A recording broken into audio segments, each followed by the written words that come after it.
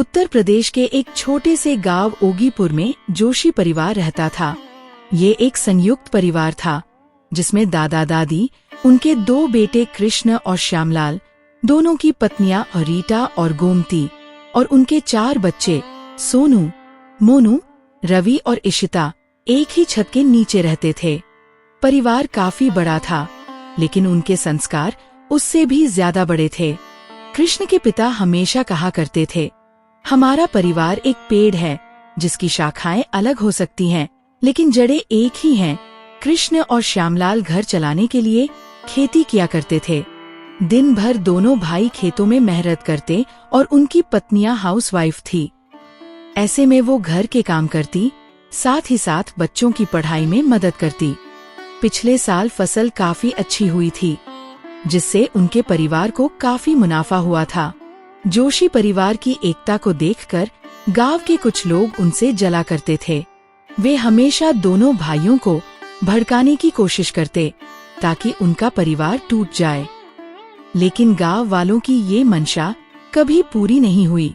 एक बार गांव के कुछ लोगों ने दोनों भाइयों को लड़ाने के लिए चुपके से उनके खेत में आग लगा दी, जिसकी वजह से खेती पूरी तरह से नष्ट हो गई। खेतों में आग की खबर सुनकर दोनों भाई दौड़ते हुए खेतों पर पहुँचे। श्यामलाल ने कृष्ण से कहा, भैया, हमारी फसल पूरी तरह से बर्बाद हो गई, अब हमारा क्या होगा? शायद इसमें मेरी गलती है। घर जाते समय मैंने ट्यूबवेल का तार सही से चेक नहीं किया होगा, तभी शॉर्ट सर्किट से ये हादसा हुआ। मुझे माफ कर दो। ये कहकर श्यामलाल जोर जोर से रोने लगा। कृष्ण ने श्यामलाल को समझाया और बोला, तुम चिंता मत करो, हम मिलकर कुछ न कुछ जरूर कर लेंगे, और इसमें तुम्हारी कोई गलती नहीं है, तुम खुद को दोष मत दो। जिन बदमाश लोगों ने खेतों में आग लगाई थी, वो दोनों भाइयों की बातें सुन रहे थे। तभी एक बोला, ऐसे समय में भी ये दोनों भाई लड़ नहीं रहे हैं।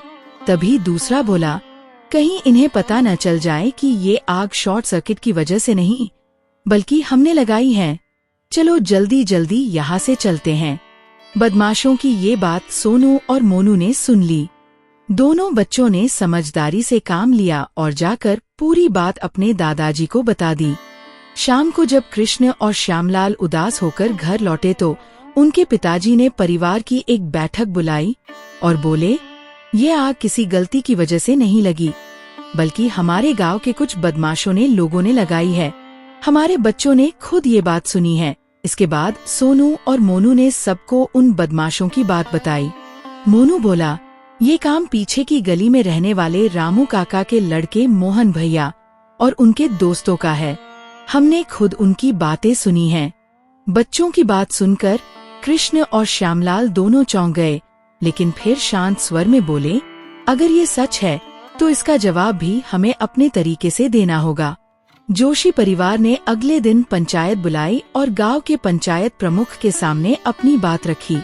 सबूत के तौर पर सोनू और मोनू की गवाही दी गई। इसी के साथ बिजली के तारों को भी चेक करवाया गया, जिनमें शॉर्ट सर्किट जैसी कोई घटना नहीं दिखी। इसी दौरान गांव के कुछ और लोग भी सामने आए, जिन्होंने बताया कि उन्होंने उन बदमाशों को खेत के पास देखा था। सभी लोगों की बातें सुनने के बाद दोषियों को पंचायत में पेश किया गया। थोड़ी देर तो उन लोगों ने झूठ बोला, लेकिन जब सारे सबूत उनके सामने पेश हुए तो वे बेपर्दा हो गए। पंचायत ने उन्हें माफी मांगने और नुकसान की भरपाई के लिए 1 साल तक जोशी परिवार के खेतों में मजदूरी करने की सजा सुनाई।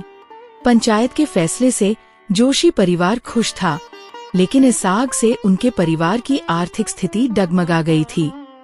जोशी परिवार ने भी हार नहीं मानी। उन्होंने अपने खेत दोबारा तैयार किए और नए सिरे से खेती करना शुरू किया। श्यामलाल ने भी खाली समय में गांव के बच्चों को ट्यूशन देना शुरू किया ताकि घर में राशन आ सके। गोमती और रीटा ने घर का खर्च संभालने के लिए अचार और पापड़ बनाने का बिजनेस शुरू किया। चारों बच्चों ने बिजनेस की मार्केटिंग की। देखते देखते समय बीतने लगा और जोशी परिवार की आर्थिक हालत फिर से ठीक हो गई। खेतों में फिर से फसल लहलहाने लगी और गोमती और रीटा का बिजनेस भी चलने लगा। जोशी परिवार की एकता ने उन्हें इतने बड़े आर्थिक संकट से बचा लिया।